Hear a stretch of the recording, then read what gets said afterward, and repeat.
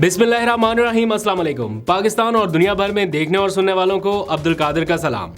इस वक्त बहुत सारी बातें आपके साथ करने के लिए, रात का ये पहर वैसे तो आराम के लिए है, लेकिन बहुत सारे लोग जो हैं वो इस वक्त बेचैन हैं और वजह ऑब्वियस है कि करोड़ों लोगों का दिया हुआ मैंडेट बिल्कुल एक साइड पर रख के पसे पुश डाल के PDM 2.0 की लोडिंग इस वक्त जारी है और तकरीबन रोनमाई कर दी गई है।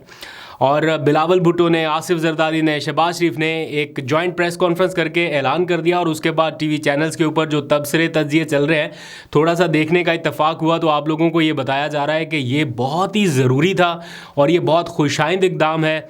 इससे पाकिस्तान में जमहूरियत जो है वो बड़ी मजबूत होगी, इससे मईशत जो है वो मुस्तहकम होगी, क्योंकि इन अफराद के पास बड़ा वसी तजर्बा है अलग अलग हुकूमत करने का भी, मुश्तरका हुकूमत करने का भी, और इनको सारे मुआशी राजों का पता है। जैसे कि पिछले 16 महीनों की कारकर्दगी आवाम के सामने नहीं थी और बस सब अच्छा ही अच्छा है बताया जा रहा है और ऐसा तासुर दिया जा रहा है कि देखें ना जी, PTI तो हुकूमत बनाने के लिए तैयार नहीं थी, किसी के साथ बातचीत करने के लिए तैयार नहीं थी, तो अल्टीमेटली किसी को तो हुकूमत बनानी थी, तो ये गवर्नमेंट जो है वो फॉर्म हो रही है। शहबाज शरीफ साहब को जिस जगह पर प्रेस कॉन्फ्रेंस करने के लिए बैठाया गया, उनकी बिल्कुल पुश्त पर अगर आप देखें बैक साइड पर, तो बड़ा वाज़े अंदाज में लिखा हुआ है कि ताकत का सरचश्मा अवाम है।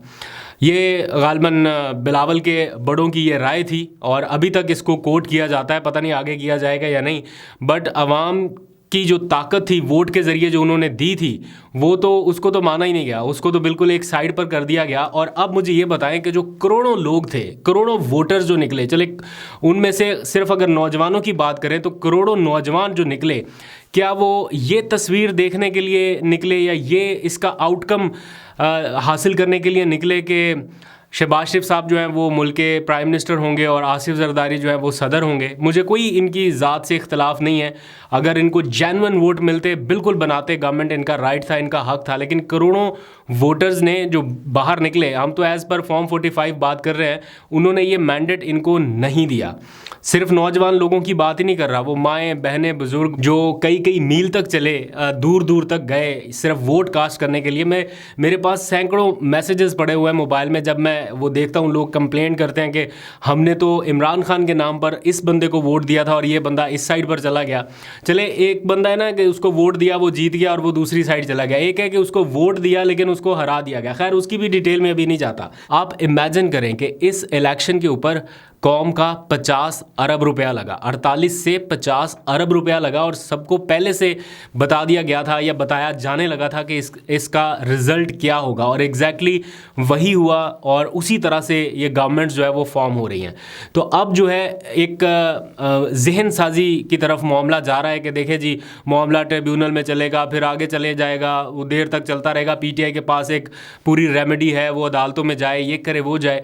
बट मैं ये सोच रहा हूँ कि क्यों इस मुल्क की सुपीरियर कोर्ट, क्यों इस मुल्क की सुप्रीम कोर्ट नोटिस नहीं ले पाई अभी तक, इतनी मैसिव रिगिंग के बावजूद या इतना सब कुछ होने के बावजूद क्यों अभी तक ये नहीं कहा जा सका कि जब तक इंतखाबी नताइज कंप्लीट नहीं हो जाएंगे तब तक हुकूमत फॉर्म ना हो, जब तक ये ट्रिब्यूनल्स फैसले ना कर दें। और उनको ये बाउंड क्यों नहीं किया गया कि इतने दिनों के अंदर अंदर फैसला करके आप बताएं कि किसके पास अक्सरियत है या किसके पास वोट है, लेकिन स्टिल ये सब कुछ किया गया। अभी बिलावल साहब ने जितना कुछ भी अपनी कैंपेन में कहा था, सब कुछ उसके उल्ट किया। पहले कैंपेन में कहते रहे कि मेरे साथ मुनाजरा कर ले, मुनाजरे का चैलेंज देते देते आज बिठा के उनके साथ मुआहिदा कर लिया और मुआहिदे के तहत अब पहले आवाम को ये बताया कि हम हुकूमत का हिस्सा नहीं बनना चाहते, हम हुकूमत किसी सूरत, ये क्या है, व्हाट इज़ दिस? अगर आप हुकूमत का हिस्सा नहीं बन रहे तो ये जो ओहदे बांटे जा रहे हैं दो ख़ानदानों के दरमियान, अभी भी हमें ये बताया जा रहा है कि शबाना रोज़ मेहनत करेंगे, शबाना रोज़ आगे बढ़ना है। ये शबाना रोज़ कब कंप्लीट होगा?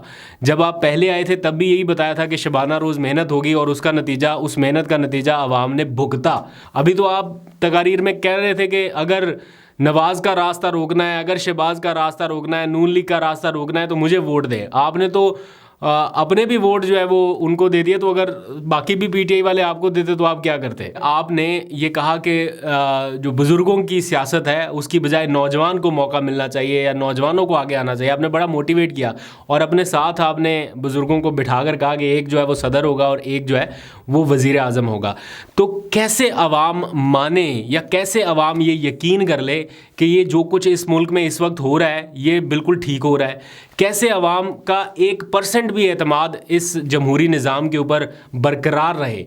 कैसे अवाम मान ले कि इलेक्शन का जो प्रोसेस है या इंतखाबी अमल जो है वो इस मुल्क के आगे बढ़ने का रास्ता है। आप बताते तो बहुत है कि जमहूरियत बहुत अच्छी है, जमहूरियत जो है वो डिक्टेटरशिप से भी अच्छी है, बट इस किस्म की जमहूरियत जिसमें अवाम की राय का एहतराम ही नहीं है। बेशक आप जितना मर्ज़ी बता लें कि जनाब PTI मान नहीं रही थी हुकूमत बनाने के लिए, तो हमने मजबूरी में बनाई ताकि मुल्क को आगे लेके जाना है, बट PTI का जो मैंडेट था, जो उनके पास सीटें थी, वो कहाँ पर है, वो किसके पास है? क्या कोई अक़लियती जमात आके जिसके पास बहुत कम सीटें हों वो आके ये क्लेम कर दे कि उसके पास हुकूमत बनाने जैसी मेजॉरिटी है और वो बेशक बाकी जमातों को साथ मिला ले और गवर्नमेंट बना ले, तो क्या इसको अवाम तस्लीम कर लेंगे?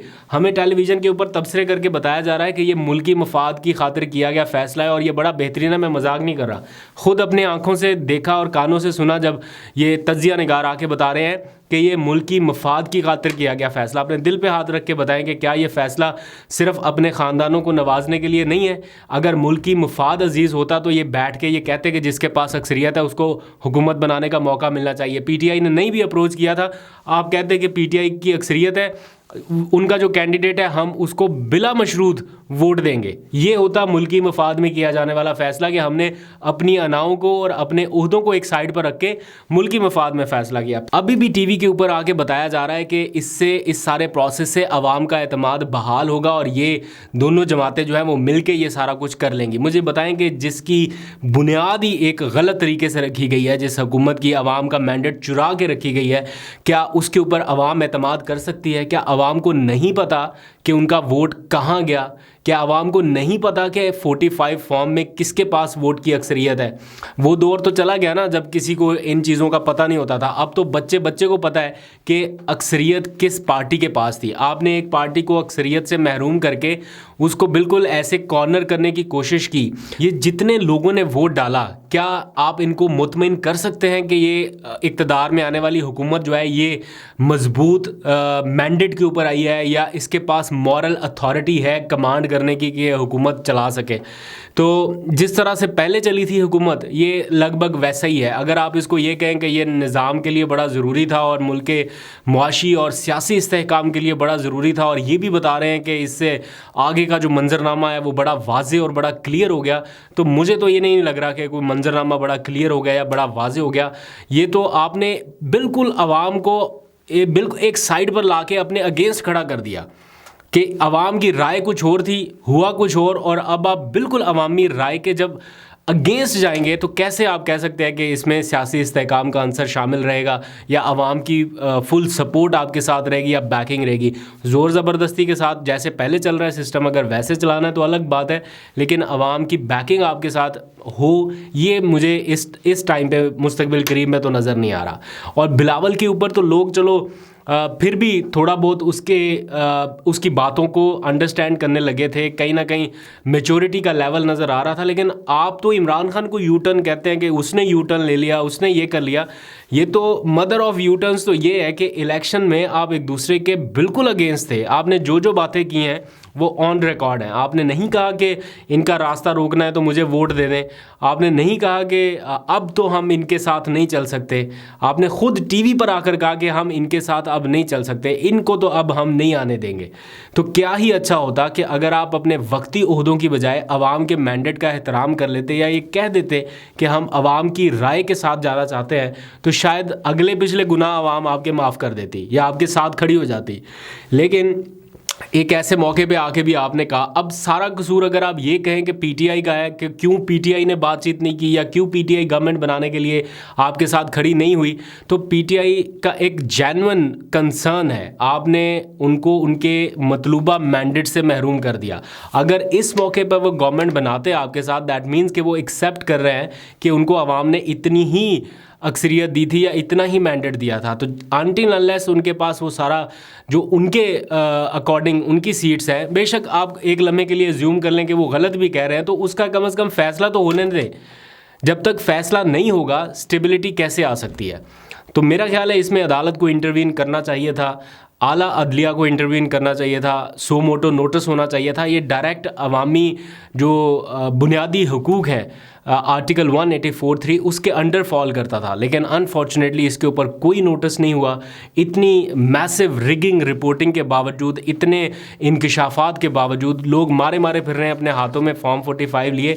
तो मुझे तो ये समझ नहीं आती कि आइंदा जब भी इलेक्शन होगा तो अवाम क्या सोच के निकलेगी, या आवाम क्यों वोट देगी, या क्यों अपने कैंडिडेट्स के लिए घरों से निकलेगी जब उसको पता है कि उसका वोट मैटर ही नहीं करता। खैर, इस पे बातें और बहुत सारी हैं करने के लिए, लेकिन अभी मुनासिब वक्त नहीं है शायद कि जज्बाती ना हो जाए, कोई ज़्यादा ही ना बोल जाए। तो थोड़ा इंतज़ार करते हैं, देखते हैं हालात को, फिर आपसे और भी बात करेंगे। अभी तक के लिए इतने, अपना बहुत सा ख्याल रखिए। अल्लाह हाफिज़।